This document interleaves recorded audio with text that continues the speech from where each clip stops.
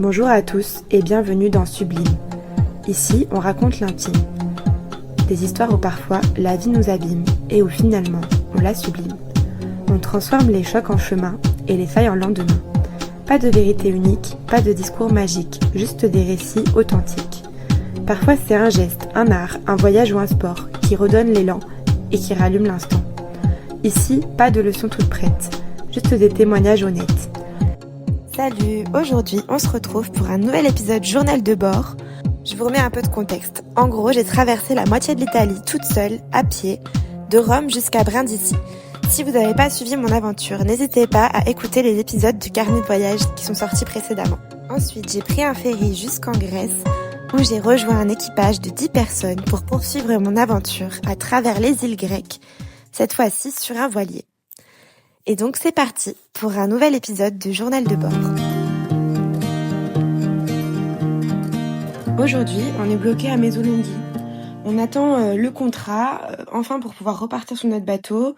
Donc voilà, on passe la journée un petit peu dans ce port qui n'est pas un petit port de plaisance tout mignon, mais plutôt assez industriel. Donc c'est pas la zone la plus jolie de la Grèce. En tout cas, pas la partie du port. Mais ça nous fait du bien aussi de nous poser un peu à terre, d'aller se poser dans un café, et puis il fait beau, et on attend. Figure-toi que là, tout de suite, on se fait chier. Et du coup, c'est peut-être le moment de voir ce que disent Roméo et Juliette sur l'embarqué. Ah, trop bien. Ah, ça y est, on s'est plus chier. On n'a plus besoin de ton énigme. Ouais. Non, vas-y, redis vite fait l'énigme que je réfléchisse si j'ai une idée. Roméo et Juliette sont morts. Il y en a un qui est mort et l'autre... Non, il y a une flaque d'eau dans sa terre. Il y a une flaque d'eau. Ils sont tous les deux morts au sol et il y a une flaque d'eau. Et est-ce que c'est Roméo et Juliette de Shakespeare? Non. Est-ce que c'est une histoire similaire? Y a-t-il une histoire d'amour entre ces deux jeunes gens? Sois plus précise parce que si je réponds à cette question-là, ça risque de t'induire en erreur. Il ne faut pas que tu la fasses. Roméo est-il amoureux de Juliette? Est-ce que Juliette est amoureuse de Roméo? Il n'y a donc pas d'histoire d'amour apparemment. Non, je pense pas.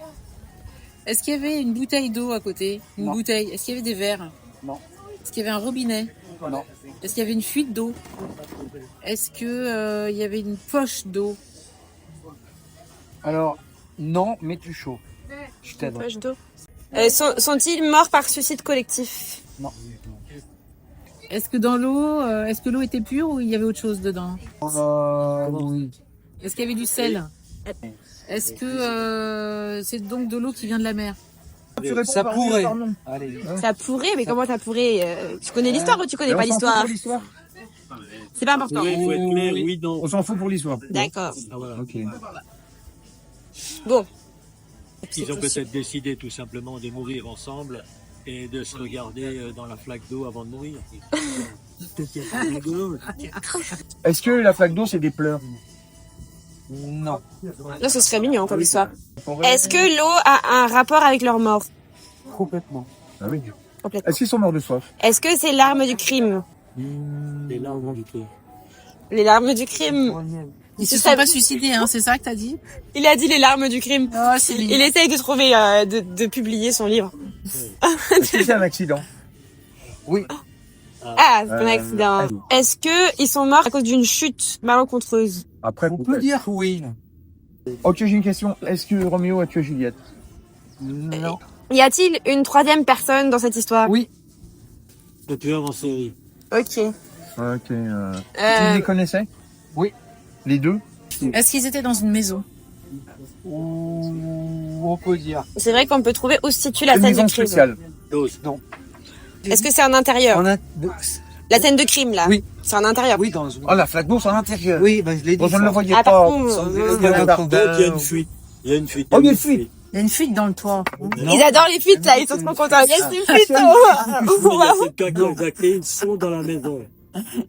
Ah, c'est une bonne question. Sont-ils morts par électrocution? Non. Non. Pas d'hydrocution non plus, c'est Que trop c'est peu. cheveux. De l'eau salée, de l'eau salée. Alors, messieurs les Tu sais qu'on a de ingénieurs. l'eau salée dans une maison. Mais attends, il a dit qu'on s'en foutait qu'elle soit salée. Bah non. Ça allait nous induire en erreur. Est-ce que ça va avoir quelque chose avec les poissons? Il y avait un aquarium avec des poissons, des piranhas. Oui, Vous avez un aquarium avec des piranhas. Et c'est ils ce ont que bu. t'as dit avant, c'était... Avec Un des aquarium poissons. Avec des poissons. Oui. Ah, Il y avait un Je sais ce que c'est l'histoire. C'est pété la gueule. Ah, C'est que les Roméo et Juliette, c'est des poissons. Ah, ok. C'est ça? Et- Ils sont tombés et voilà. Mais c'est pas Bien fini. joué. Ah, c'est pas fini. Bah si. Ah, ils sont tombés. Roméo et Juliette, c'est deux petits poissons rouges là, ou jaunes, ou Ouais, je sais pas. ouais. Et puis hop, quelqu'un qui a renversé l'aquarium. Et voilà, ils sont Alors, morts. c'est la femme de ménage. Ouais, on peut dire c'est quoi. Non? En fait, si tu veux, normalement, je réponds non à tout ça. Voilà. Mais bon, là, t'es fait, Pour nous être voilà, on agréable. peut dire, vous avez trouvé, c'est Pour nous que être agréable. le propriétaire de cet aquarium et de cet appartement, il est parti faire des courses. Oui. Donc, il a ouvert la porte de la maison. Et le chat. Et comme la fenêtre était aussi ouverte, quand il a ouvert la porte, ça fait un courant d'air. Ah ouais. Et avec le courant d'air, la fenêtre Ça a s'est ouverte. claqué Elle la a- fenêtre. Elle a tapé Contre l'aquarium. qui s'est Brisé. brisé. Ah là là. Les poissons sont Ah tombés. là là, c'est cohérent. Et quand il est rentré de ses courses, il a retrouvé ces deux poissons morts par terre. Putain, mais ça, c'est terrible. Ah, il a ouvert en sortant. Bon, allez, t'en es une Mais autre. attends, par contre, il est quand même sorti en laissant la fenêtre ouverte. Ça, c'est pas C'est très. un peu Ouais. lui, Non, mais c'est un gars, l'eau salée. il est un peu, il sert Bah, bah, Il oui, met les poissons douces dans l'eau salée. Il y a des aquariums d'eau de mer. Hein. Ouais, c'est vrai. Mais bien sûr. C'est pour ça que je pouvais pas dire que c'était Ah, faux. ouais, Mais c'est la est-ce vraie. qu'ils étaient amoureux? C'est difficile.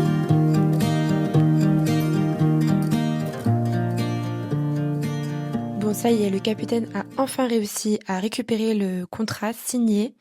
Donc on est en règle, on peut enfin le rejoindre sur le bateau pour continuer notre aventure. Genre, il renvoie le contrat, J'ai mais pas sans le contrat. Donc là, je lui dis, putain, il manque le contrat. Il dit, ah ouais, ok. Il envoie. Le scan était tout pourri. Il y en avait la moitié de coupé, tu vois. Le mec, il reçoit, il fait genre, non mais attends. Putain. Je suis, ah putain. Là, je rappelle. Ah oui, ok, boum, il renvoie. Là, le mec, il commence à lire et tout. Il regarde, la date, c'était pas la bonne. En fait, il avait refait le contrat, il avait pas changé la date, c'était la date du 4. Il dit, on n'est pas le 4. Oh putain. Donc, hop, tu rappelles, changement de machin et compagnie. Et après, le truc où il y a tous les termes du contrat, en fait, il y avait que 2 pages sur les 4. Il fallait le rappeler, machin et compagnie. Et là, en fait, putain, c'était un mec avec 2 nanas. 2 nanas qui étaient là pour l'aider, tu vois. Genre, le mec, il est là à son bureau. Et, ouais. Et puis à un moment, il dit ouais, ça va pas. Et la gonzesse, elle voyait que je commençais à en avoir plein le cul, je tenais plus debout. Tellement j'étais crevé et tout ça. Et elle prend le mec, elle commence à dire ouais, putain, mais regarde, il y a des trucs là, la défoncée. C'était énorme, quoi. C'était le mec de la douane. C'est le mec de la douane, en fait, il est là. Ouais.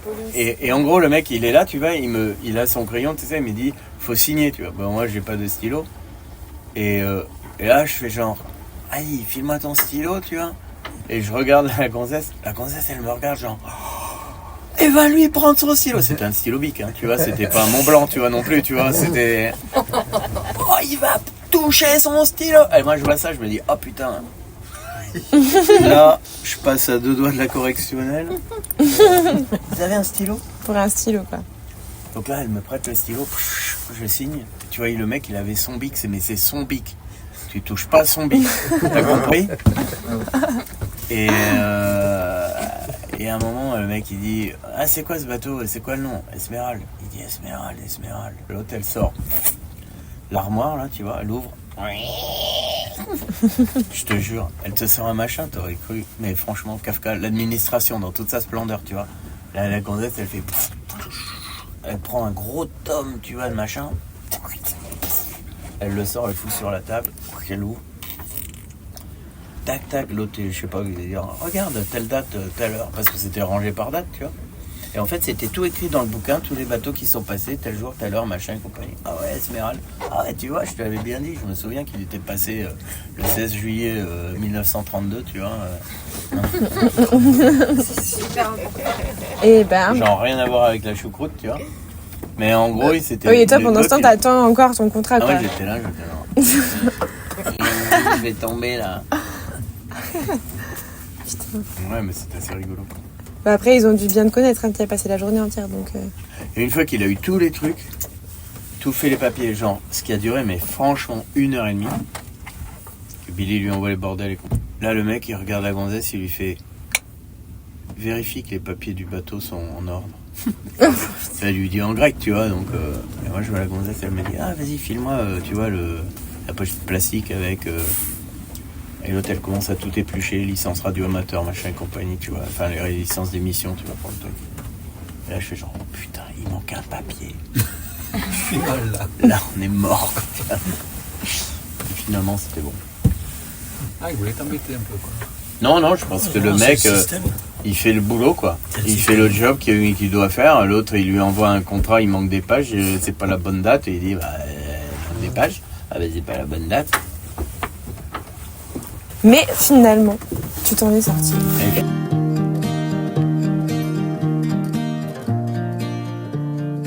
Bon voilà, on peut enfin repartir. Sauf que maintenant, il y a un débat. En fait, notre plan à la base, c'était de passer le canal de Corinthe pour continuer notre aventure de l'autre côté et pouvoir atteindre Athènes dans quelques jours. Sauf que là, en fait, on a perdu beaucoup de temps avec cette histoire. Donc là, il est à environ 19h. Le capitaine, il a passé toute la journée à attendre ce foutu contrat et donc il est un peu crevé. Et en fait, on vient d'apprendre que le canal de Corinthe, il ferme exceptionnellement pour des travaux demain soir. Donc dans environ 24 heures, voire un peu moins. Or, on est à environ 12 heures de navigation du canal de Corinthe. Donc là, la question se pose de savoir est-ce qu'on change de plan et on reste du côté où on est, on traverse pas ce canal de Corinthe, ou est-ce que on part et on navigue toute la nuit pour arriver demain matin devant le canal de Corinthe et pouvoir le traverser en last minute finalement, juste avant qu'il ferme. Je vous avoue que moi, j'ai pas peur du défi et franchement, j'ai envie de passer ce canal de Corinthe. Je pense que c'est assez mythique et incroyable comme traversée, comme aventure. C'est un canal qui est historique et en plus, ça nous permettrait d'aller de l'autre côté. Là où, en fait, dans les jours suivants, il y a beaucoup plus de vent, donc on pourrait beaucoup plus naviguer que là où on est. Donc, après négociation, on arrive à convaincre les autres de partir. Et donc, on doit encore faire quelques courses là avant de pouvoir partir. Et après, c'est parti. On part pour naviguer toute la nuit en espérant arriver avant que le canal ferme.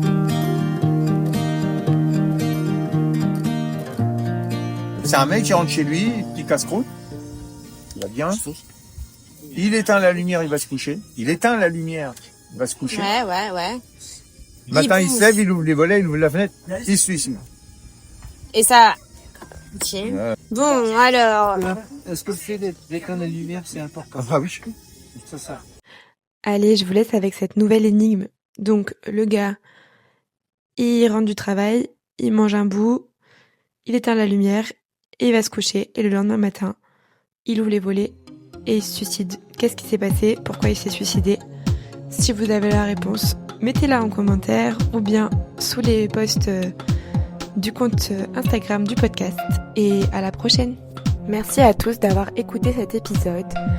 Si vous l'avez aimé et que cela vous a intéressé, n'hésitez pas à le partager. Et pour ne rien manquer de mes actualités et pour suivre la sortie de tous les nouveaux épisodes, n'hésitez pas à suivre mon compte Instagram @sublime-podcast-.